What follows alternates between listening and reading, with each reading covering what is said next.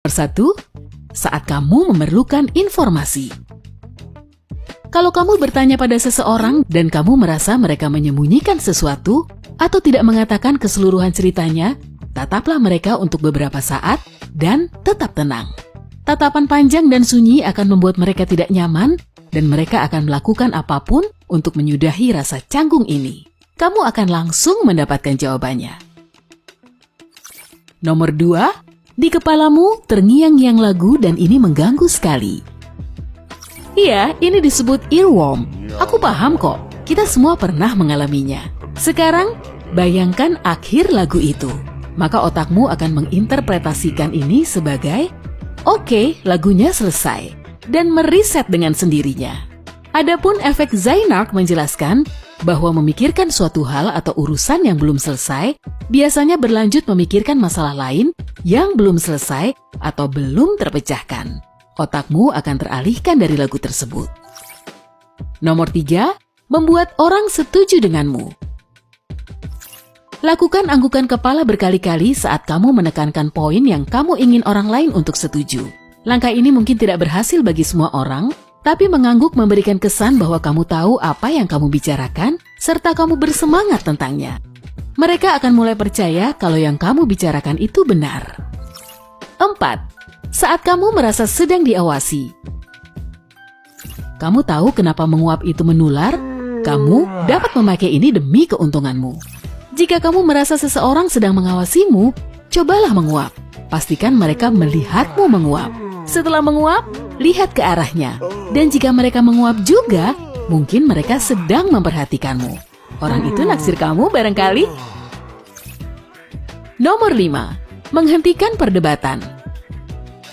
Misalnya, kamu sedang menggelar pesta dan sekelompok orang mulai berdebat. Perdebatannya makin sengit, apa yang harus kamu lakukan? Sodorkan makanan untuk mereka. Makan memiliki efek menenangkan, dan semua orang senang mencicipi kudapan yang enak. Tanpa disadari, mereka akan merasa semakin senang dan nyaman. Membuat mereka makan dapat menghapus ketegangan. 6. Memenangkan Sutton setiap saat. Mungkin kamu memainkan permainan ini saat memutuskan siapa yang harus melakukan suatu tugas yang tidak ada satupun yang mau mengerjakannya. Inilah rahasia supaya kamu dapat menang, jadi kamu tidak perlu melakukan tugas itu lagi. Begitu kamu memulai permainan ini, ajukan satu pertanyaan. Setelah bertanya, kamu mulai mengumandangkan gunting, batu, kertas. Kemungkinan lawanmu akan memilih gunting. Coba deh, dan beritahu hasilnya di kolom komentar. 7. Trik tambahan saat mencoba untuk mengunci tatapan. Kita semua sudah pernah mendengar kalau menjaga kontak mata adalah penting ketika kamu dalam situasi sedang berusaha memperoleh kepercayaan. Tidak yakin jika kamu bisa menatap cukup lama? Cobalah kamu ingat persis warna mata lawan bicaramu saat kamu bicara dan mendengarkan mereka. Bukan saja mereka memiliki warna mata biru, apakah semua biru senada? Atau warnanya semakin pudar di sekitar pupil? Apakah mata mereka seolah berubah warna? Selama apa hal ini dilakukan adalah lamanya kontak mata yang dapat diterima. Nomor 8. Cara mengetahui seseorang berbohong. Langkah ini mungkin mengejutkan.